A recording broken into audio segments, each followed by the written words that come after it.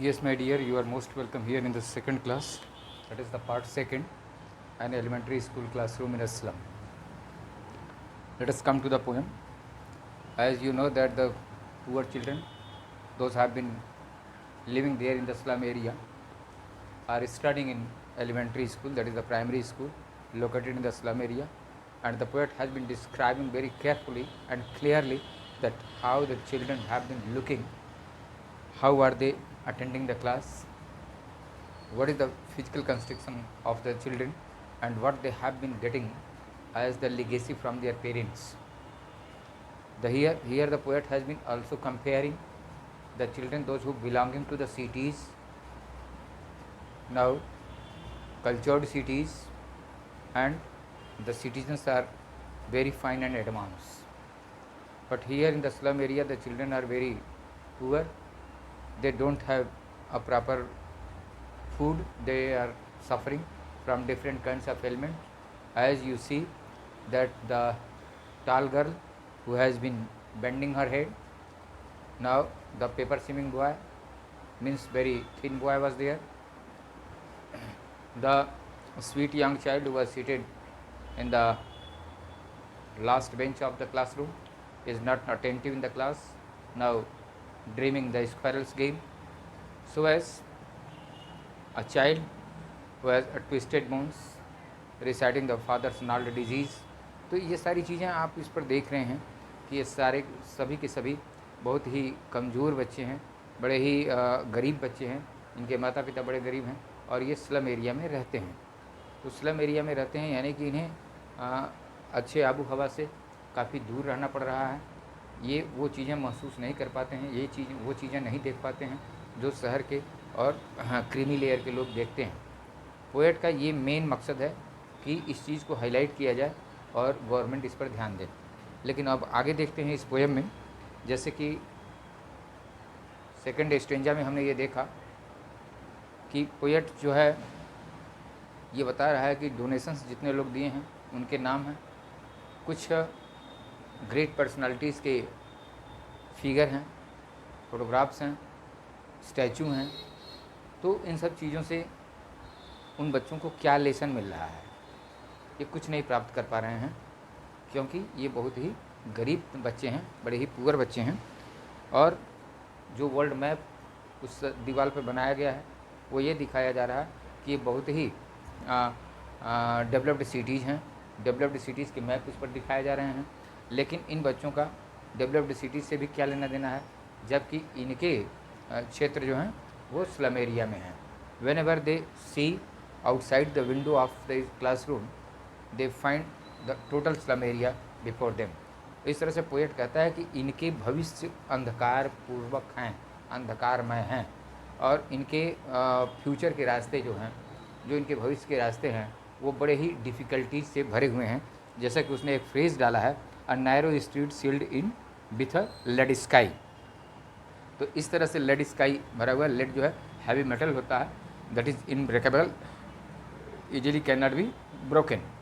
तो ये कहा जा रहा है कि easily can not be, symbolic हो गया यहाँ कि इनके जो रास्ते हैं भविष्य के वो बड़े ही दुखदायी हैं और इनको वो पार करके नहीं जा सकते हैं। तो फिर आगे चलते हैं। Surely Shakespeare is wicked, the map a bad example, with ships and sun and love tempting them to steal, for lives that slyly turn in their cramped holes from far to endless night. Yes, from far to endless night, यानी कि from morning to the night, from far to endless night, from morning till night. Where have they been living? They have been living into their room in the cramped hole. That is a very dark room they have been living. और सबसे पहले ये कहा, surely Shakespeare is a wicked, surely Shakespeare is a wicked.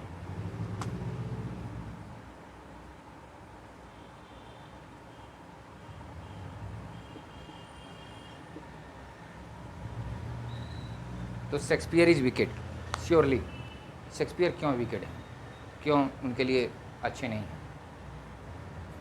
Shakespeare इसलिए उनके अच्छे नहीं हैं क्योंकि these children are very poor, economically they are poor, physically they are poor, and mentally they are also poor because of being weak in construction regarding the mental status, mental level of the children.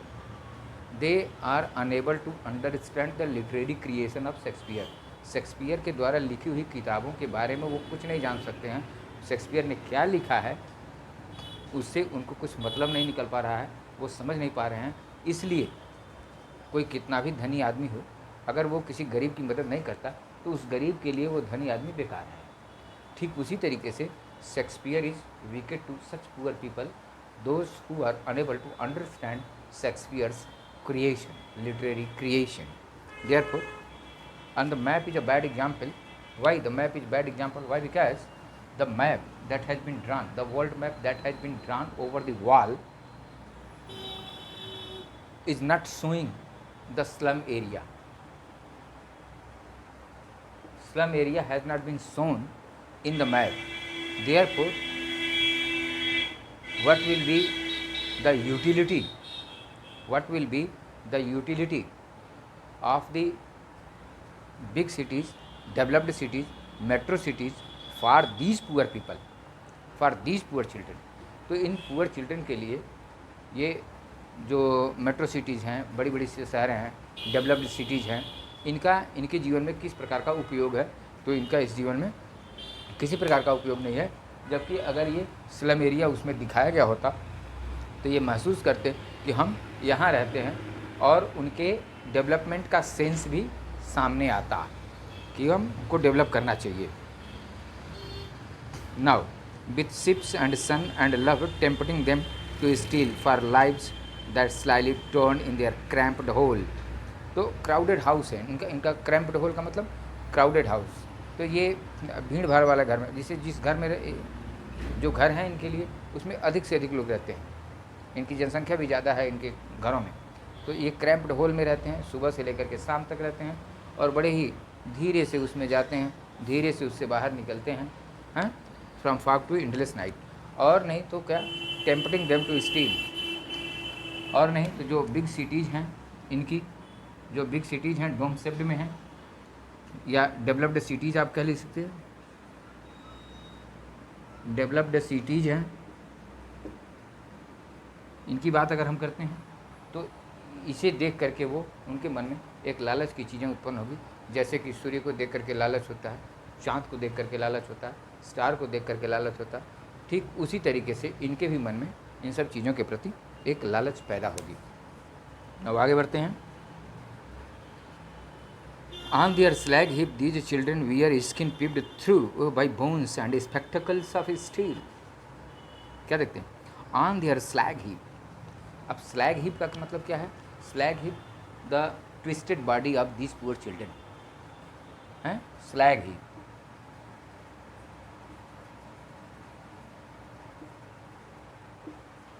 Slag heap, twisted bones of these children. They are very lean, they are very thin, their bones are twisted, they are under developed, they are dwarfs, बहुत छोटे हैं, बहुत बौने type हैं। And they have been looking just as the heap of rubbish हैं, heap of rubbish. ये कचरे के ढेर की तरह दिखते हैं। ये बच्चे जो हैं कचरे की ढेर की तरह दिखते हैं। तो slag heap, these children wear skin peeped through by bones and spectacle of steel with mended glass. Spectacle of steel with mended glass का मतलब है spectacle of steel with mended glass. The glass are mended. Mended glass means this mended glass has been showing the poor condition of the children, that economically they are very very poor.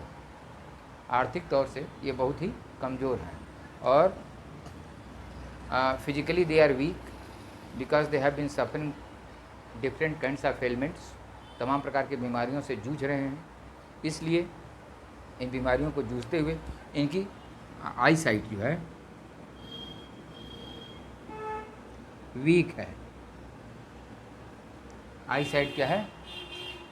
Week है। Sorry,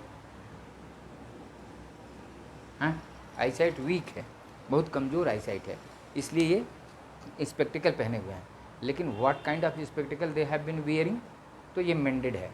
यानी कि मेंडेड का मतलब है कि जो इनका glass है, ये ग्लास क्रैक है, फूटा हुआ है, मान लीजिए बीच से फूटा हुआ है, लेकिन उसे जोड़े हुए हैं। और जो फ्रेम है वो भी किसी तरह से बना हुआ है, ठीक है। ये फ्रेम भी मतलब किसी तरीके से बनाया गया है, तो ये मेंडेड ग्लास है। अब ये मेंडेड ग्लास उनके चेहरे पर कैसा दिखता है, बाटल बिट्स ऑन स्टोन, जैसे कि उनकी बॉडी स्टोन की तरह हो, हैं, जैसे कि ये कोई मूर्ति बना दी गई हो दुबली पतली, और उस मूर्ति पर ये ऐनक रख दिया गया है, चश्मा रख दिया गया है, ठीक है। तो ये बाटल बिट्स यानी कि शीशे के छोटे टुकड़े के समान उनके शरीर पर ये चिपका दिए गए हैं, ऐसा लग रहा है। Bottle bits on stone. No, और दूसरा क्या है, wear skin peeped through, wear skin peeped through. अब देखिए, they are very very weak and only the skeletons are to be seen from their bodies, only the skeletons can be seen from their bodies. इनके body में muscles नहीं है, because of malnourishment, malnutrition, कुपोषण के शिकार होने की वजह से, कुपोषण के शिकार होने की वजह से their bodies have not been wearing muscles, ठीक है। तो इसलिए the cover of the skin that has covered their bodies are unable to protect such bones, they cannot hit the bones, bones को वो छिपा नहीं पा रहे हैं, यानी कि एकदम ढांचे की तरह से, कंकड़ की तरह से दिख रहे हैं। मालूम ऐसा हो रहा है कि उनके बोन्स, उनके चमड़ों को, उनके स्किन्स को फाड़ करके बाहर निकल जाएंगे, हैं, ऐसे कमज़ोर हैं कि ऐसा लग रहा है कि उनके स्किन्स को वो फाड़ देगा बोन्स और बाहर निकल जाएगा, हैं। वियर स्किन्स पिप्ड थ्रू, ऐसे the bones are trying to come out, tearing their skins, उनके चमड़ियों को छील करके वो बाहर निकलना चाहता है, ऐसा है। और with mended glass like bottle bits on stone, ये तो हो गया। Now all of their time and space are फॉर slum, all of their space and time, हैं, all of their time and space are foggy slum, means actually the poet has been visualized and just drawn the picture of the dwelling of these poor children, those have been living in slum area, जो बच्चे इस slum area में रहते हैं उनके बारे में poet का कहना है कि they have been living in very very poor area। क्या है कि all their times, from morning to endless night, from morning to night, they live only and only in their slum area. They don't have any opportunity to go somewhere else, to think something else, rather than or to eradicate their poverty, because they don't have any capital. उनके पास किसी प्रकार की पूंजी नहीं है, उनके पास किसी प्रकार का धन नहीं है कि वो अपने इस स्लम एरिया से बाहर निकलें, कुछ बाहर करें और उनका डेवलपमेंट हो, ऐसा नहीं हो रहा है। तो फिर क्या है, अब डेवलपमेंट के लिए इनका डेवलपमेंट नहीं हो रहा है, ये इतने कमज़ोर हैं, ये फिजिकली कितने वीक हैं, इनका किस तरह से विकास होगा। The poet is very much anxious here, poet यहाँ बहुत चिंतित है और वो ये चाहता है कि इन गरीब लोगों का विकास किया जाए। तो कह रहा है so blot their maps with slum as big as Doom.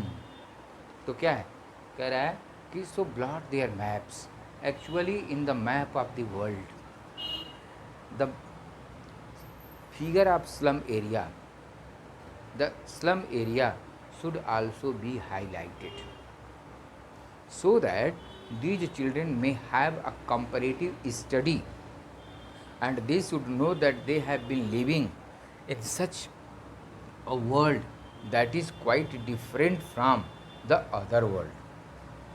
जैसे अभी आप प्रीवियस चैप्टर में लास्ट स्प्रिंग में पढ़ रहे थे, तो अनिश जंग ने बोला था, अनिश जंग ने लिखा था कि there I have noted two different or distinct world, दो तरह के भिन्न भिन्न संसार को उसने देखा। तो क्या देखा? एक तो देखा कि धनी लोगों का है, सेठ साहूकारों का है, ब्यूरोक्रेट्स का है, पॉलिटिशियंस का, और दूसरा देखा कि ये पुअर बच्चों का है, पुअर लोगों का है, जो फिरोजाबाद या सीमापुरी में रहते थे, या तो फिरोजाबाद में रहते थे या फिर सीमापुरी में रहते थे। तो उन दोनों लोगों को उसने नोट किया। अब यहाँ पोएट जो बताता है, स्टीफन स्पेंदर जो बताते हैं, कहते हैं, वो भी कहते हैं कि हाँ डिफरेंट वर्ल्ड हो गया है। तो इस डिफरेंट वर्ल्ड को ब्रेक करने के लिए सबसे पहला उपाय क्या है? What is the first initial step should be taken to eradicate and to destroy such poor area? तो it is necessary that such poor area should be shown into the map of the world, so that the children should be able to visit, and having seen they may be able to follow all these. तो इसको थोड़ा सा revise कर लीजिए अपने आप से।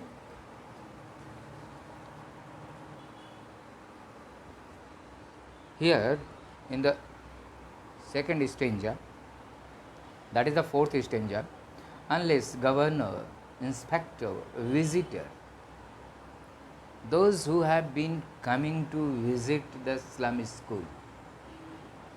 So the poet has been addressing to all the great personalities. Unless governor, inspector, visitor, this map becomes their window. This map becomes their window, and these windows that shut upon their lives like catacombs. Break open till they break the town, and sow the children to green field, and make their world run azure on gold sands, and let their tongue run naked into books, the white and green leaves open history, their whose language is the sun. This is the suggestion and addressing of the poet to the authorities, to the governor, to the inspectors, to the visitors, the rich people, those who come to visit slum school, governor, the ruling government, and inspectors, authorities. Here the poet says that everyone, unless or until you try to make a bridge, a pull between the poor and the rich, between the civilized society and these poor citizens, they will not be able to develop. Up to what extent should they be given an opportunity to develop? Till they break the town. मुझे एक छोटी सी बात याद आती है कि छोटे class में गुरु नानक देव के बारे में पढ़ाया जाता था कि गुरु नानक जी कहीं गए थे तो वहाँ के लोगों ने उनका स्वागत सम्मान करने में या फिर मानवता दिखाने में बड़ा ही कंजूसी करा था। मतलब वहाँ के लोग असभ्य थे, तो उन्होंने लोगों को आशीर्वाद दिया कि आप लोग यहीं बसे रहें, आप लोग यहाँ से बाहर न जाएं। दूसरे गांव में, दूसरे क्षेत्र में जाते हैं तो वहाँ ये होता है कि वहाँ के लोग बड़े ही आदर सम्मान से उनको याद करते हैं, देखते हैं, उनका सम्मान करते हैं, यानी बड़ी मानवता उनके अंदर कूट कूट के भरी रहती है। तो उन्होंने लोगों को आशीर्वाद दिया कि आप लोग दुनिया के हर कोने में बिखर जाएं। तो गुरु नानक देव के शिष्य ने पूछा कि बाद में कि गुरुदेव आपने ऐसा आशीर्वाद क्यों दिया। तो उन्होंने कहा कि ये जो खराब लोग थे मैंने उनको कहा कि वहीं रहें, यानी कि खराबी वहीं रह जाए, और जो अच्छे लोग हैं उनको मैंने चाहा कि ये सभी लोग चारों तरफ फैल जाएं, ताकि जहाँ भी जाएंगे वो अच्छा ही पैदा करेंगे। तो पोएट का भी ऐसा ही विचार कुछ देखने को यहाँ मिल रहा है। ये नहीं कि पोएट उनसे प्रभावित था, ऐसा कुछ नहीं है। तो कह रहा है break open till they break the town, up to what extent, up to what limitation these children and these poor people should be added, should be given support, हैं? तो they should be given support up to they should become able to move in the different part of the world। संसार के कई हिस्सों में जा कर के ये अपना डेवलपमेंट करें, अपना विकास करें। इनके लिए इतनी चीज़ों की आवश्यकता होती है।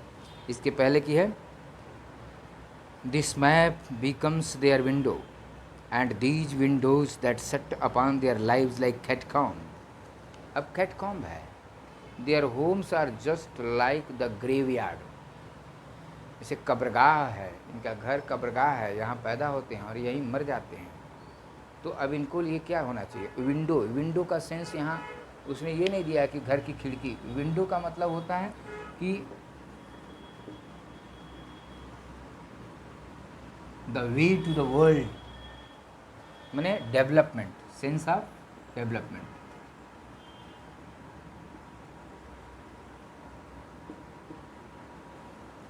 सेंस ऑफ डेवलपमेंट है कि मैंने ये डेवलप करें, ये विकास करें, कि इनका विंडो जो है, खिड़की इनकी खुले, ये आगे बढ़ें। ऐसा न हो कि इनकी खिड़की खुल रही है और ये यहीं रह जा रहे हैं। इनकी जब खिड़की खुले, ये विकसित हों, तो ये पूरे संसार में फैले, इनका विकास हो। यानी कि उनको ऐसा रास्ता दिखाना चाहिए जिससे इनका डेवलपमेंट हो, और ये यहीं सेट अपॉन देयर लाइव्स। ये क्या है? ये अपने ही घर में सेट रहते हैं, बंद रहते हैं, यहीं पैदा होते हैं, यहीं मर जाते हैं, यहीं इनका कुछ नहीं हो पा रहा है। तो क्या है?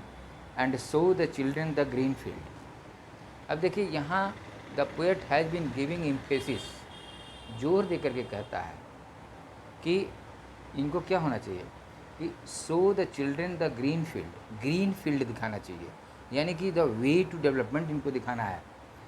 And make their world run azure on gold sand. Gold sand का भी सिम्बोलाइज है डेवलपमेंट से है, कि मैंने चमकते हुए ब्राइटनेस की तरफ जाएँ। अभी ये कहाँ है?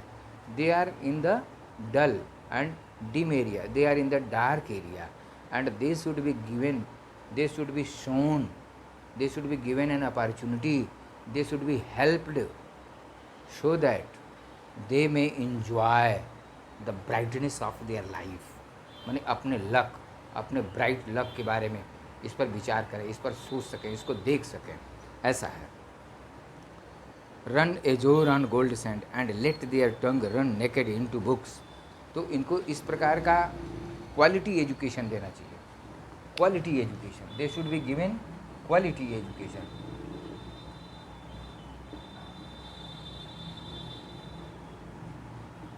दे should be given quality education. तो क्वालिटी एजुकेशन क्या है? कि मैंने बेहतर से बेहतर शिक्षा दी जाए, बेहतर तरीके से इनको शिक्षित किया जाए, जिससे कि इनका डेवलपमेंट शिक्षा के क्षेत्र में हो।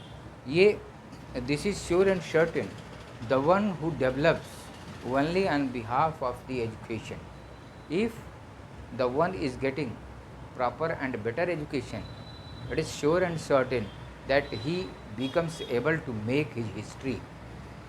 So as these poor children should be provided better school, better facility, better teachers to teach them, so that their development automatically they should be able to develop, and if they will be developed then they will be able to make their history। make their history का मतलब क्या है? कि अपने गरीबी से उठ करके एक बड़ा कार्य करेंगे। जैसे आपने तमाम लोगों के बारे में सुना होगा कि ये बहुत गरीब थे और आज बहुत विकास किए। वह विकास only they could see the way to develop. तो इस तरह से history make their whose language is the sun. आप थोड़ा सा इसे भी रिवाइज कर लीजिए। अभी मैं पूरा का पूरा रिकैप कर लेता हूँ एक बार पोएम को, और मैं जनरल वे में रिवाइज कर देता हूँ ताकि दोनों चारों स्टेंजास का लगभग एक जिस्ट के रूप में आपको मिल जाए, जिससे कि आप इसकी समरी नोट कर सकें और एक्सट्रैक्ट प्रिपरेशन बना सकें।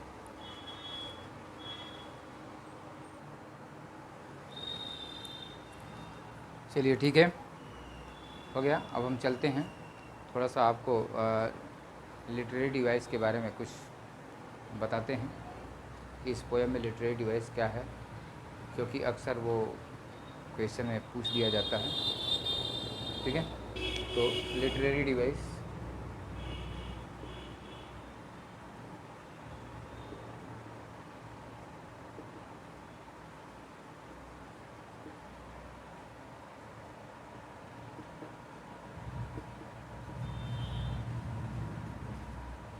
Literary devices used in the poem.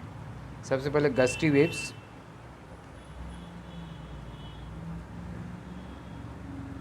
Gusty waves, rootless weeds,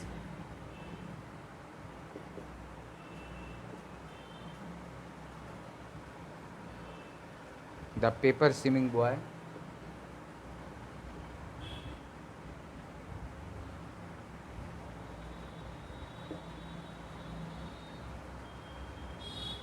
twisted bone,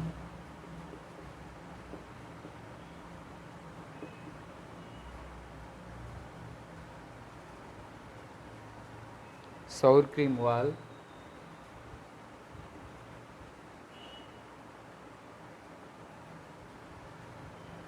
Shakespeare's head,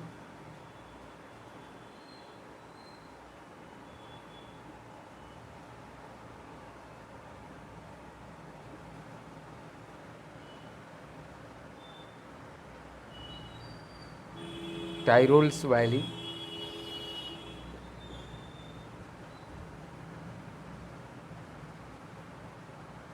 Tyrol's Valley,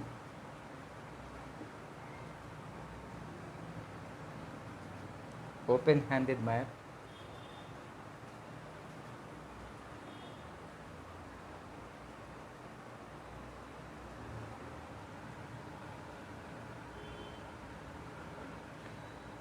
cramped hole,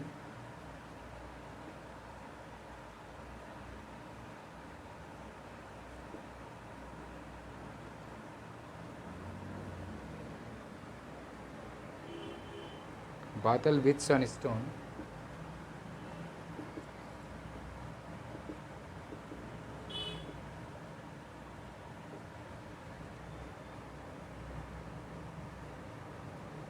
gold sand।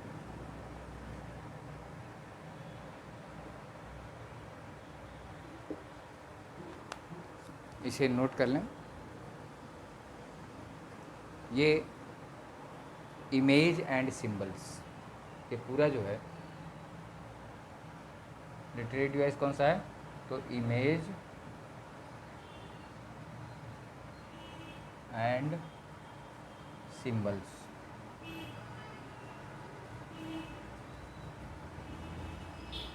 ये इसका लिटरेरी डिवाइस है, इमेज एंड सिंबल।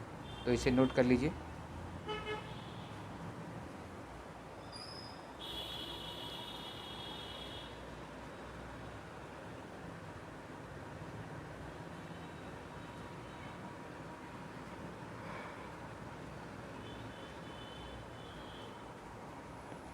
ठीक है, मैं इसे इरेज कर देता हूँ।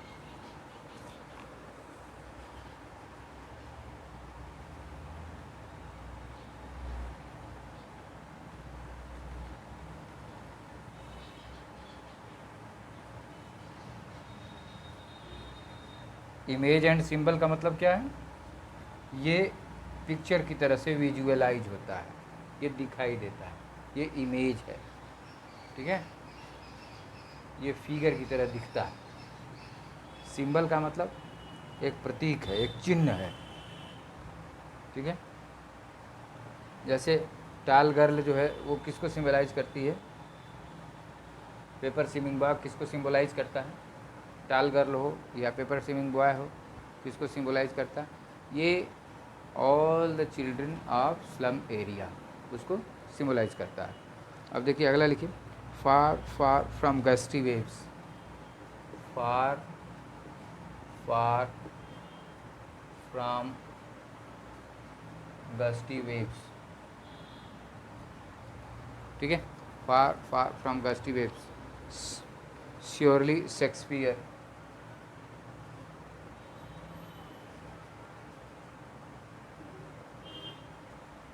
Surely Shakespeare. उसके बाद है बाटल विथ सन स्टोन,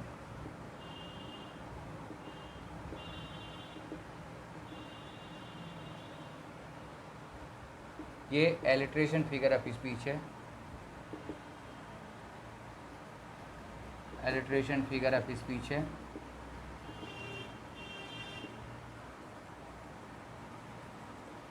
जैसे रिपीटिशन भी कहते हैं, फार फार फ्राम, जैसे एफ है, एफ है, हैं, और श्योरली शेक्सपियर है, बाटल बीट्स, ठीक है। तो ये जो है एलिट्रेशन यानी कि कंसोनेंट रिपीटिशन होता है। इसमें आगे लिखते हैं, like ruthless weeds,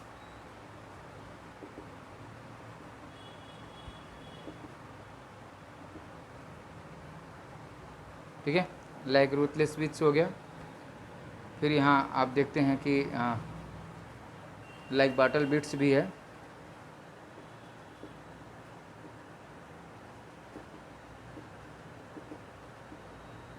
like bottle bits भी है।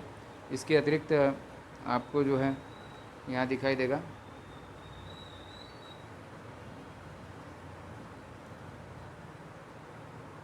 लाइक कैटकॉम, लाइक कैटकॉम, CATACOMBS, CATACOMBS, ये सिमिली फिगर ऑफ स्पीच है।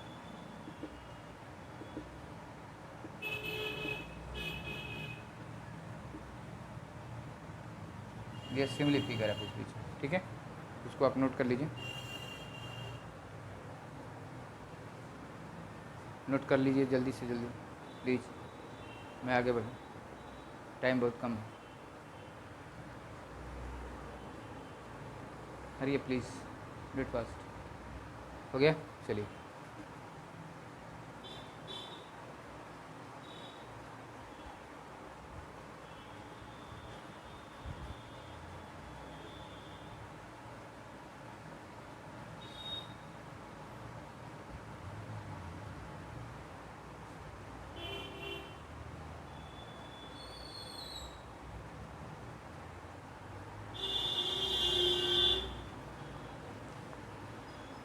अब देखिए, अब हम आगे चलते हैं, अब मेटाफर फिगर ऑफ स्पीच है, ठीक है।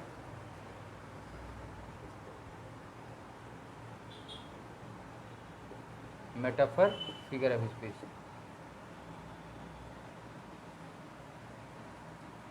ये क्या होता है, जैसे मेटाफर, ये सिमिली और मेटाफर एक दूसरे के एक पूरक के तौर से यूज किए जाते हैं।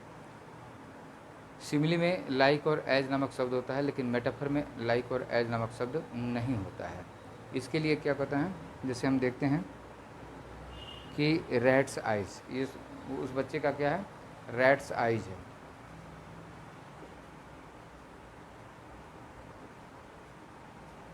वो बच्चा क्या रखता है, जैसे रैट्स के आई के तरह से है, ठीक है।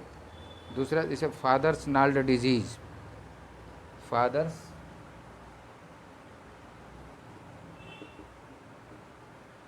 नाल्ड डिजीज, GNARLED, नाल्ड डिजीज, ये फादर्स नाल्ड डिजीज है। आगे चलते, स्क्वायरल्स गेम है ना, SQUIRREL,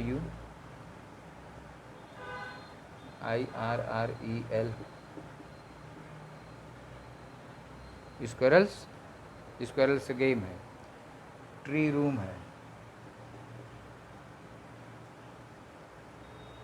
ठीक है, ट्री रूम है।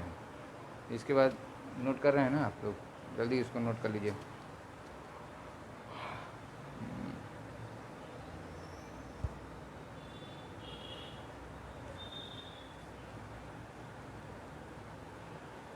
चलिए, ओपन हैंडेड मैप,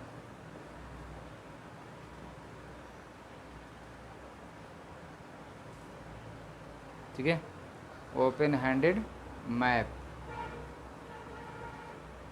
चलिए नोट कर लीजिए। चलिए,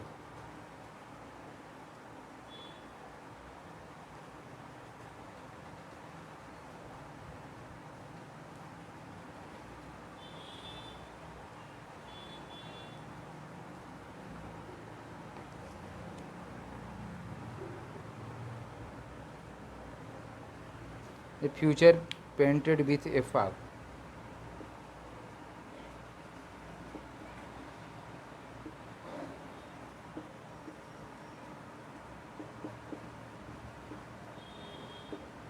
future painted with a fog, lead sky,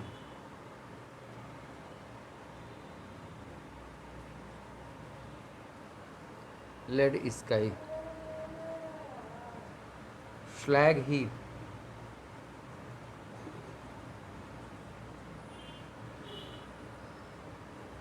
where skins peeped through by bones,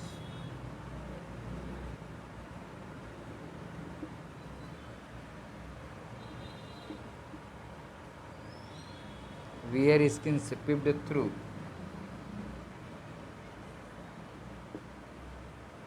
by bones,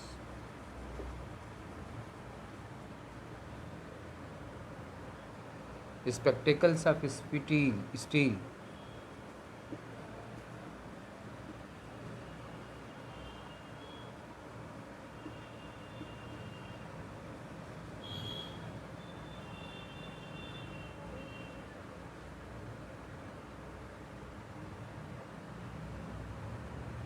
let their tongue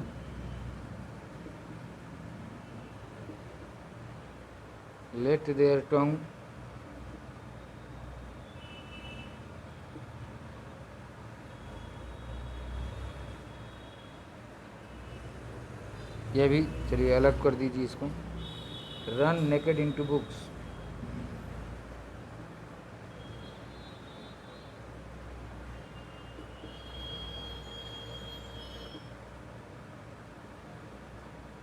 books, white and green leaves open,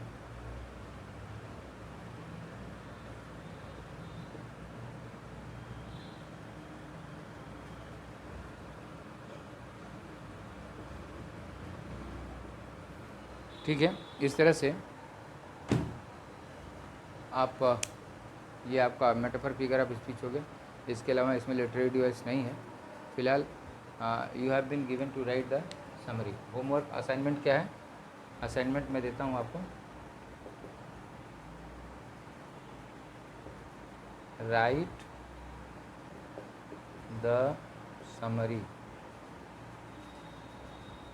of the poem. Okay, thank you very much. Have a good day to you. In my next video I will come along with the writing section. Thank you. Have a nice day.